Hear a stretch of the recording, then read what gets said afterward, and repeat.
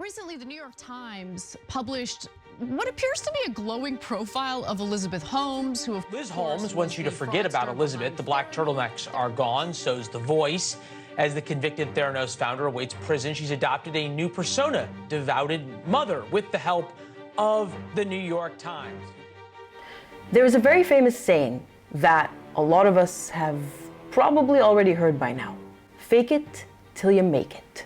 And while many of us may swear by it, it may have worked for us before, this mini-series of sorts that I'm starting today will demonstrate to you just how dangerous that phrase can be.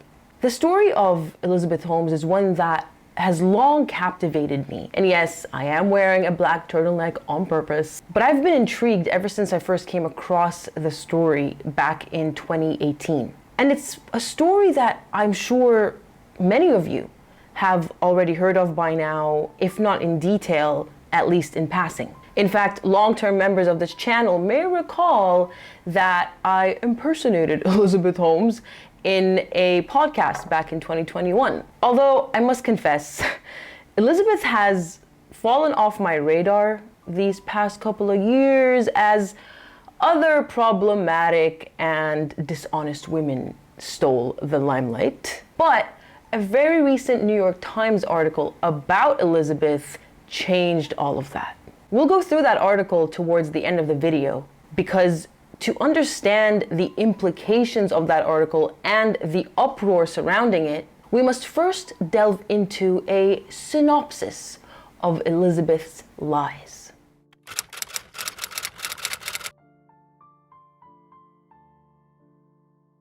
If there is one important fact that you must know about Elizabeth Holmes, it's that she is stubborn. Some would argue to the point of delusion.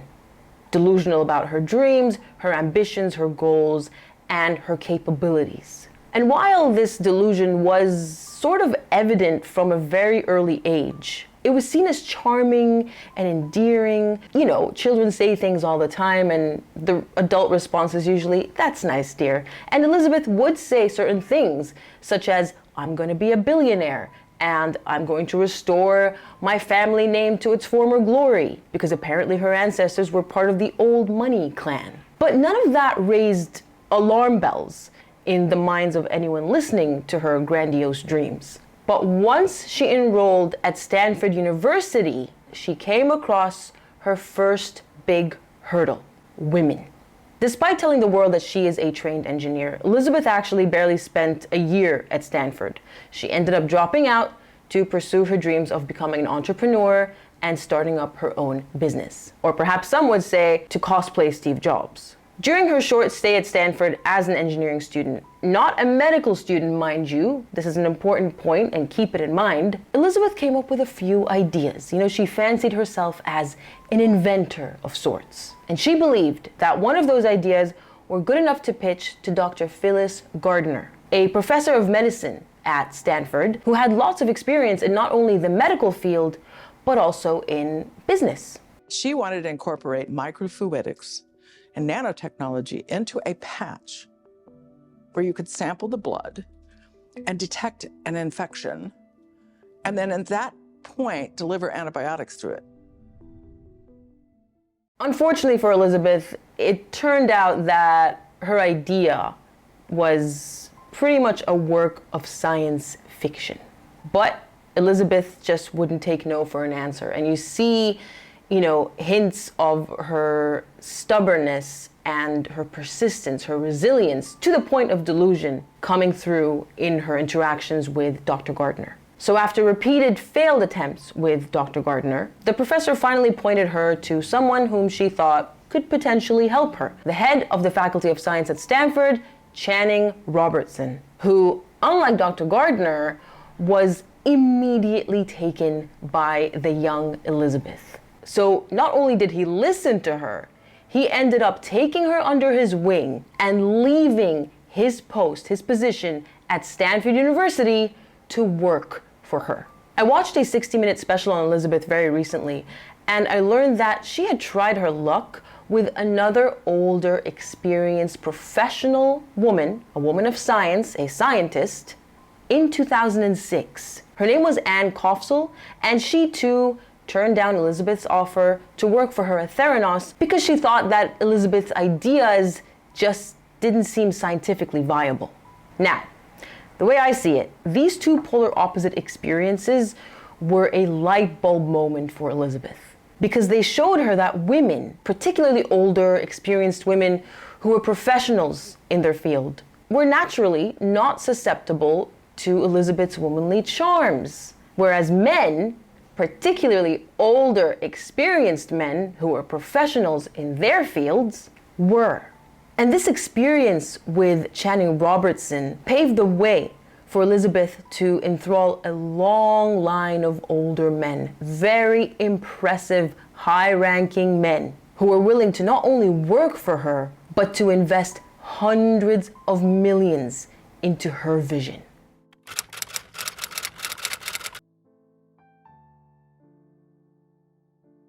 Theranos, a play on the words therapy and diagnosis, was set up, if you believe Elizabeth, to invent an integrated solution where every person gets access to this wealth of information from tiny droplets of blood, and then see how they change over time. And she aimed to do this by effectively decentralizing the medical system, by removing the middleman, being your doctor, and giving patients direct access to not only order a blood test, but to receive the results as well. In fact, she was so convincing that she successfully lobbied the state of Arizona to pass a law that would allow for this to happen. And let me tell you, the older men in particular were very taken by her. You are magnificent, and there isn't a question any of us could ever ask that you haven't answered 20 or 30 times before. So this was the official public version of Theranos' raison d'être. It could have been the truth, but then something went so terribly wrong down the line. Or you could argue that this was a full-on scam from the get-go. With this vision and Elizabeth's knack for convincing people, casting them under some sort of spell, she quickly managed to employ over 800 people at Theranos and successfully managed to get Theranos valued at over $1 billion US, making it what Silicon Valley call a unicorn company, and also making Elizabeth one of the youngest billionaires of our time when she was 30 years old in 2014. But how did she exactly manage to accomplish such a feat in a relatively short period of time? After all, she was a Stanford dropout with absolutely zero medical experience, and yet she managed to convince the likes of George Shultz, who was Secretary of State for Ronald Reagan, Apple co-founder Avi Tevanian, and Oracle's founder Larry Ellison to work for her, for Theranos, in addition to convincing powerhouses like Rupert Murdoch and the DeVos family to invest hundreds of millions of dollars into her company. The answer to this seemingly incredible feat may be simpler but more confounding than you think. By using her own story, her ambitions, her dreams, relaying that emotional aspect to these people. And did these men, these experienced men who have worked for and advised presidents, men who have served at the highest levels of government and the military, did they even bother to maybe audit Theranos or to ask for data-driven results to corroborate Elizabeth's fantastical claims? Because it's important to stress here, although I'm no scientist, what she set out to do was not scientifically viable. But of course, none of these men were men of science, apart from Channing Robertson. And so it looked like the only criteria that they needed to be persuaded by, or should I say enthralled by, was a pretty young woman with blonde hair and big blue eyes and an unshakable conviction in herself and in her vision, which many have described as contagious. And by the way, I learned something in my research on this topic. Apparently, it's actually the norm for investors to be drawn in by emotion. The storytelling aspect is what convinces them rather than the data. But regardless of how they were reeled in, when you look at this incredibly impressive board of directors that Elizabeth was able to recruit, it becomes easier to understand exactly how Theranos managed to blow up in the way that it did. But of course, none of that would have been possible without the assistance of the very gullible media.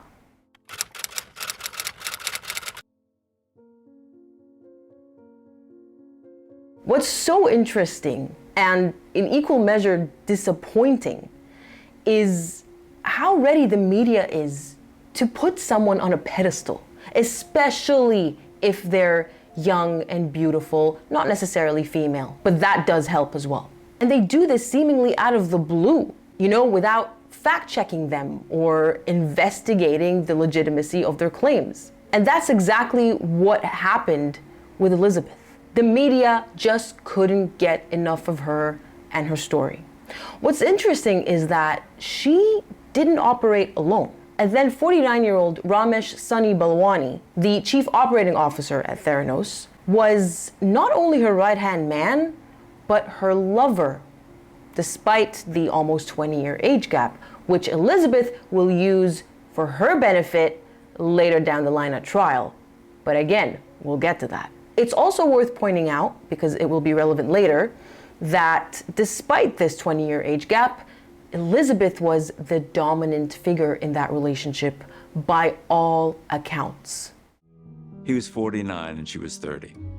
But she was a dominant figure in that relationship. Not to say that he was an angel. He was described as a bully by everyone who worked there, but he was also seen as someone that Elizabeth would sick at anyone who didn't fall in line, according to Elizabeth's standards, at Theranos. So, back to the media, darling. Seemingly overnight, Elizabeth was everywhere, fronting the cover of every reputable publication and being interviewed or honored at every prestigious celebrity-filled event. Everyone wanted a piece of this revolutionary, this young woman who seemingly came out of nowhere and was set on a trajectory to change the medical world as we know it for the better. But the truth was, behind all of the accolades and the aplomb was a heavily guarded secret.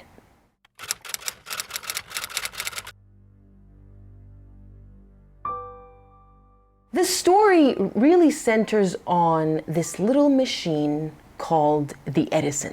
Named after the inventor Thomas Edison, it was a portable automated blood testing machine, which Elizabeth claimed would eliminate the need for a lab entirely when it comes to phlebotomy, and which Theranos claimed could perform up to 200 blood tests in mere minutes, and all from a single finger prick drop of capillary blood.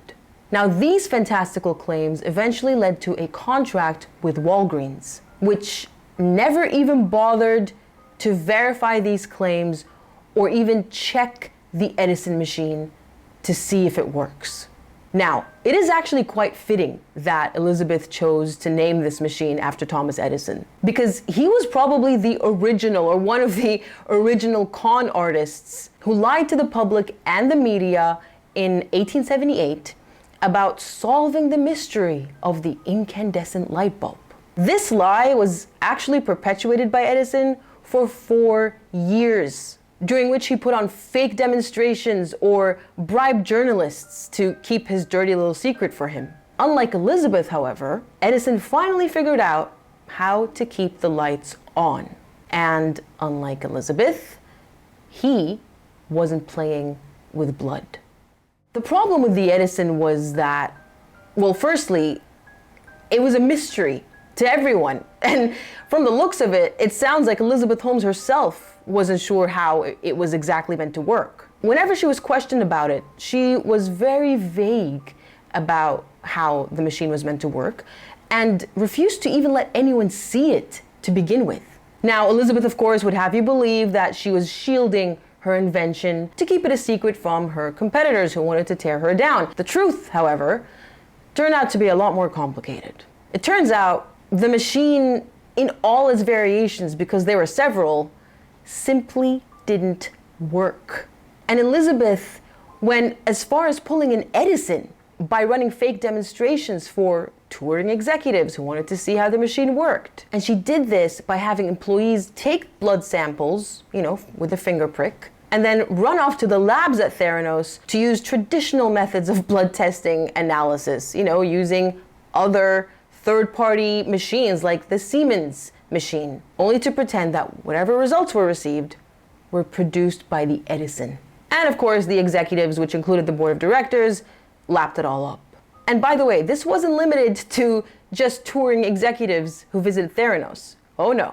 But it also took place at Walgreens, which was only thankfully limited to Arizona and never spread any further than that. Eventually, the finger prick testing component was discarded altogether, and people who showed up to these Walgreens stations were told, "We're gonna inject a needle in your vein," just like the good old times. You can imagine that didn't exactly go down too well with the patients, who were promised to avoid that harrowing situation because many people have a fear of needles, including apparently Elizabeth Holmes. I was always absolutely terrified of giving blood. It's the only thing in my life I've ever been scared of. And to make matters worse, aside from this deception, wrong and inaccurate results were obtained because of malpractice in the labs. So if they were using the Edison, the results were wrong. If they were using blood samples collected from the finger prick, which wasn't a large enough sample to put in a Siemens machine, those results were wrong too, which led to life-threatening situations in many instances. And this wasn't the only lie. Elizabeth also lied about the contracts that Theranos has signed with the US Defense Force, for example, going as far as creating fake marketing material to legitimize this lie. Eventually, a couple of employees by the name of Tyler Schultz, who was George Schultz's grandson, and Erica Chung had enough of all of the deception and literally playing with people's lives. And long story short, they decided to blow the whistle, which led to the infamous Wall Street Journal expose, the investigative report by investigative journalist John Carreyrou.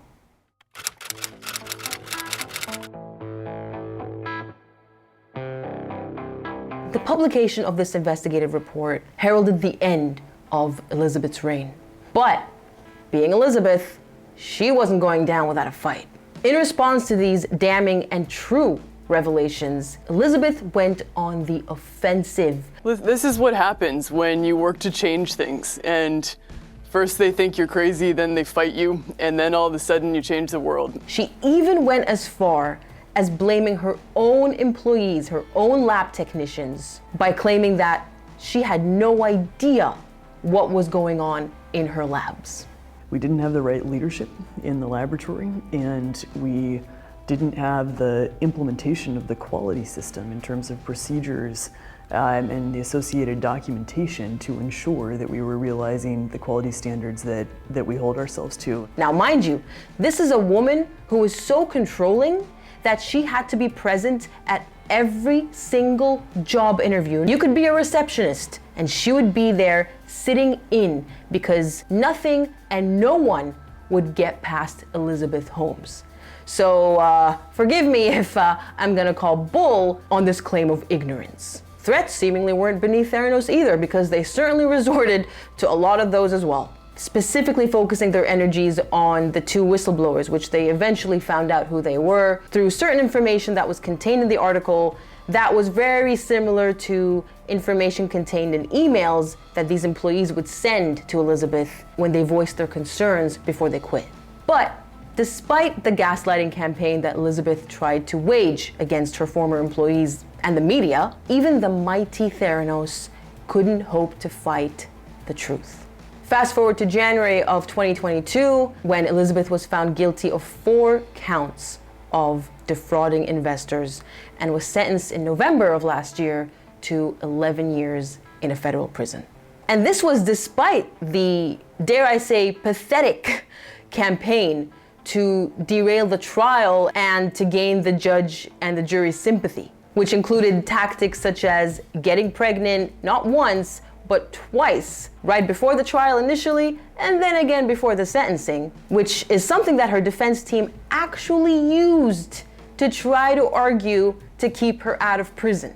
And then there was a sudden allegation that she was raped at Stanford, and that played into why she eventually dropped out, not because she wanted to be an entrepreneur, accusing her ex-lover and co-conspirator, who was also found guilty, Sunny Balwani, of domestic violence and controlling behavior, and, wait for it, claiming that her beloved pet dog died. My dog stepped on a bee. She managed to keep herself out of prison by launching an appeal, which she filed only a couple of weeks ago when she was due to finally report to prison on the 27th of April. Now, her co-conspirator, Sunny Balwani, tried that tactic too, but his appeal was rejected and he is currently serving out his 13-year sentence for committing fraud. I personally don't see how Elizabeth is gonna worm her way out of this one. But that doesn't mean she won't try. After all, she is an inventor. Not of actual, technology or medical breakthroughs, but an inventor of lies and a reinventor of herself.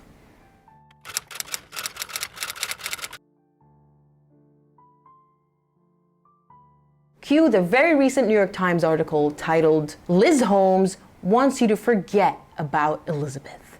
The black turtlenecks are gone. So is the voice. As the convicted Theranos founder awaits prison, she has adopted a new persona, devoted mother.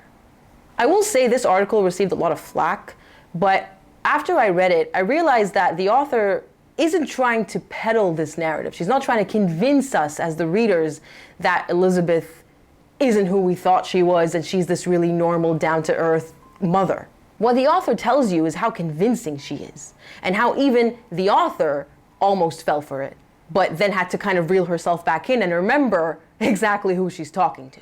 Now, if you believe Elizabeth, that deep contralto voiced, turtleneck-clad, unblinking young billionaire CEO that she insisted was the real her all along, that was an invention, a character she created. And why? It was all in a bid to be taken more seriously in the cutthroat of Silicon Valley business startups. You mean to say that fake voice wasn't the real thing all along? Sure, yeah. Could have fooled me. But like everything Elizabeth does, this confession of sorts is not being bought. The jury didn't buy it. I'm sure she tried to play that up during her trial. The soft-spoken, unassuming mother. Her partner didn't buy it, by the way. He makes fun of her voice in the article. And judging by the uproar surrounding this article, the world isn't buying it. It's fairly obvious that she is using this platform to implement yet another tactic of hers to get what she wants. 10 years ago, what she wanted was money, power, and glory. Yes, I just quoted a Lana Del Rey song. And so she adopted a persona to help her get to that goal. And she was right, it worked, albeit temporarily. But what she wants now is sympathy, leniency, a get out of jail card, literally. But what really did it for me, what made this article about this new Liz, so entirely disgusting, was the fact that after everything she had done, everything she had been through, everything that was exposed about her, and let's not forget, after getting convicted, she is a convicted criminal today, she still sat there using this article to regurgitate her failed defense of being Sunny Balwani's controlled victim, going as far as accusing him of forcing her to adopt that turtleneck-clad, red lipstick, deep-voiced Elizabeth Holmes. It wasn't her choice. She didn't want to cosplay and emulate Steve Jobs. So there's no ownership, no remorse, no admittance of wrongdoing, no accountability, just excuses. Sounds pretty familiar to another particular woman we like to cover on this channel, doesn't it? Except in Elizabeth's case, her family seems to be complicit in perpetuating this narrative. And they even go as far as to, once again, of course, wield sexism and misogyny in their favor by claiming that this is a cautionary tale for ambitious women who dare to aim high. You'll get too close to the sun like Elizabeth did, and you'll get burned. Well, I'm sorry.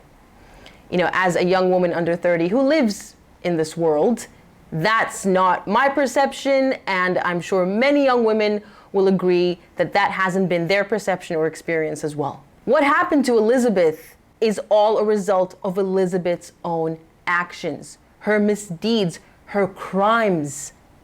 She lied and defrauded billions. And that's why she got burned. And I think it's high time that everyone got behind the real purpose of feminism, equality, rather than hiding behind the really old and tired and pathetic narrative of all women are victims, because they're not. It is worth noting that Mr. Balwani denies all of these allegations. And honestly, based on the extensive research I've performed on this topic, and just listening to the interviews of ex-Theranos employees in the various documentaries I've watched, it was crystal clear that Elizabeth Holmes was the ringleader. Not only in her relationship with Sunny Balwani, but in the entire fiasco. Balwani was just an awestruck follower. And of course, you know, he's just as bad as her in a sense because he perpetuated her crimes and was complicit. But he fell under her spell, much like the other older men in this case. I suppose the closing thoughts here, you know, what I'm left with in my head is Elizabeth Holmes actually evil? You know, did she once have genuine intentions to change the world and make it a better place? And did something just happen to go wrong, you know, so terribly wrong down the line in pursuit of that noble goal? It could be possible. I'm not saying that she is an evil mastermind, although many people believe that she is. However, what plays in favor of that argument is that she didn't stop when she realized that what she was doing simply wasn't working. And this wasn't some phone or some gadget. This was people's lives. And so one could argue that carrying on down that trajectory was in itself evil and selfish and gluttonous. Whatever the case may be, the fact of the matter is she took it too far. She put people's lives at risk. And that's no laughing matter. You know, I understand personally what it feels like, you know, to be ambitious and to want to aim high and to want to do things with your life. You know, I believe we have one life, and I live my life as though it's going to end any minute, in the sense that I want to do things with it. But I'm also a huge proponent of realism and responsibility, taking ownership of your mistakes, admitting wrongdoing, humility, all things which Elizabeth Holmes severely lacks. Before I close off, I'd also like to take this opportunity to thank all the brave and selfless whistleblowers, not just in this story, but throughout history. As we like to say in the Australian Army, the standard you walk past is the standard you accept. And it's really encouraging to see that there are people out there who live by that principle. Whew.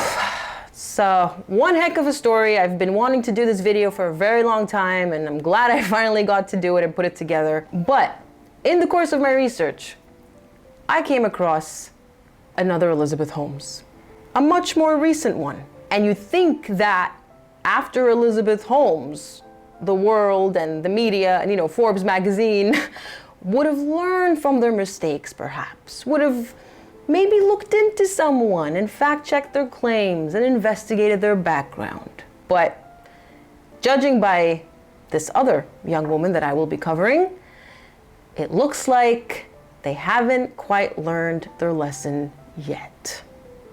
Stay tuned for that one, and I'll see you later, I suppose.